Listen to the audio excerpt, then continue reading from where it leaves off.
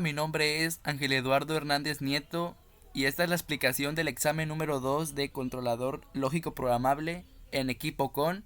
Calixto Grimaldo Ángel Antonio. Lo primero que vamos a utilizar serán tres actuadores lineales eléctricos. Aquí le cambiaremos el nombre al tipo de accionamiento que vamos a ocupar. En este caso A1 será expandir y para contraer se llamará A2. La posición inicial siempre será a la izquierda. El interruptor de límite se llamará AA2. El segundo se llamará AA1. En el segundo actuador le cambiamos el nombre de expandir a B1 y de contraer a B2, igual con la posición inicial a la izquierda. Y aquí el interruptor de límite será BB2 y BB1. Y por último tenemos el tercero. En expandir se llamará C1 y en contraer C2, igual con la posición inicial a la izquierda. Y acá se llamará CC2 y CC1. Para el control de este sistema se ocupó el PLC S7200, un disyuntor, tres pulsadores y seis bobinas. Primero mandamos la línea y el neutro al disyuntor y del disyuntor a las borneras de alimentación del PLC. Puenteamos la masa de la fuente de alimentación interna del PLC a la masa de las entradas. Mandamos la línea de la fuente interna del PLC al pulsador Start y en puenteado el botón de stop y el de emergencia. El botón de Start está conectado en la I0.0, el botón de Stop en la I0.1 y el botón de emergencia en la I0.2. Para las salidas mandamos una línea a la bornera de alimentación de las salidas, que sería la línea 1 y la línea 2. Y la bobina A1 está conectada en la salida Q0.0, la bobina A2 en la Q0.1, la bobina B1 en la salida Q0.2, la bobina B2 en la salida Q0.3, la bobina C1 en la salida Q0.4 y la bobina C2 en la salida Q0.5. Mandamos el neutro a la primer bobina y los puenteamos. En el siguiente diagrama ladder tenemos un contacto cerrado que es el botón de paro, un contacto abierto que es el botón de arranque y en paralelo tiene un contacto abierto que es M0.0, un contacto cerrado que es el botón de emergencia y un contacto cerrado M0.5 que será el encargado de reiniciar todo el sistema. Por último tenemos una bobina M0.0. En la segunda fila tenemos un contacto abierto M0.0 que se cerrará cuando la bobina sea activada, un contacto cerrado M0.4 y una bobina Q0.0 que será la encargada de extender el cilindro número 1. El contacto cerrado M0.4 cuando se abre sirve para desactivar la bobina que extenderá el cilindro número 1. En la siguiente fila tenemos un contacto abierto AA1 que es el segundo interruptor de límite del primer cilindro, un contacto cerrado M0.3 y una bobina Q0.2 que será la encargada de extender el cilindro número 2. El contacto cerrado M0.3 cuando se abre sirve para desactivar la bobina que extenderá el cilindro número 2.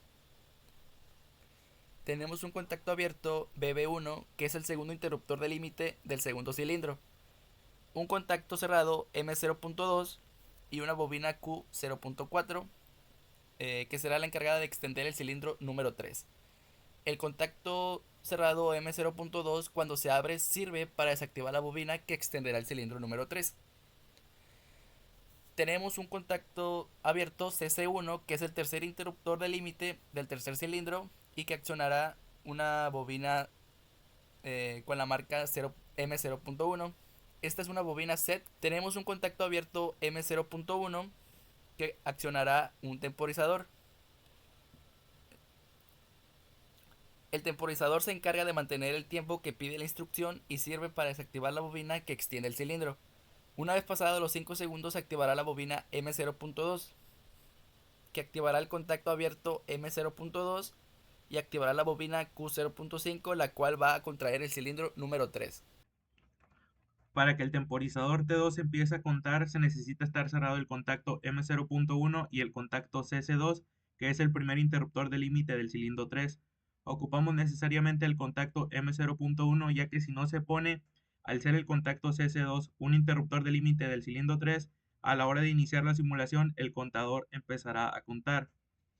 Este contacto nos servirá para que el temporizador funcione solo cuando se haya pasado de esta etapa.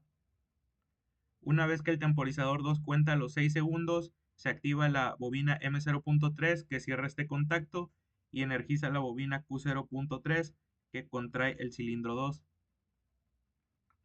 Para que el temporizador T3 empiece a contar, se necesita estar cerrado el contacto M0.1 y el contacto BB2, que es el primer interruptor de límite del cilindro 2.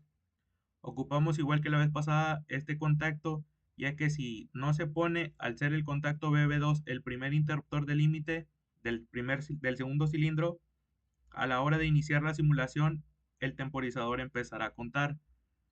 Una vez que el temporizador cuenta 7 segundos, se energiza la bobina M0.4, cierra este contacto y energiza la bobina Q0.1, que es la encargada de contraer el cilindro 1.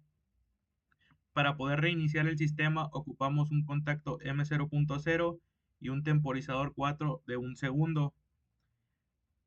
Esto nos servirá para que le dé tiempo al primer cilindro de extenderse y que este contacto se abra. Cuando esto sucede, se energiza la bobina M0.1. Esta bobina es un tipo reset y a su vez, como está en paralelo otra bobina M0.5, esta también se energizará. Al energizar esta bobina reset M0.1, reseteará esta bobina set M0.1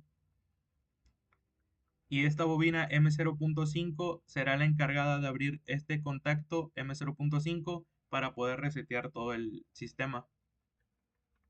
Damos en iniciar simulación, accionamos el disyuntor, aplanamos el botón de start, se acciona el primer cilindro, al llegar se acciona el segundo cilindro, al llegar se acciona el tercer cilindro, se mantienen accionados 5 segundos, pasados los 5 segundos se contrae el tercer cilindro, al contraerse se cuenta 6 segundos, al pasar los 6 segundos se contrae el segundo cilindro,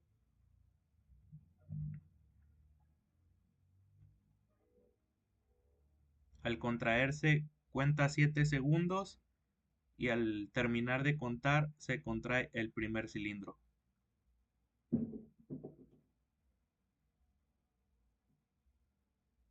Una vez contraídos todos, se reseteará todo el sistema, pudiendo arrancar de nuevo todo el sistema.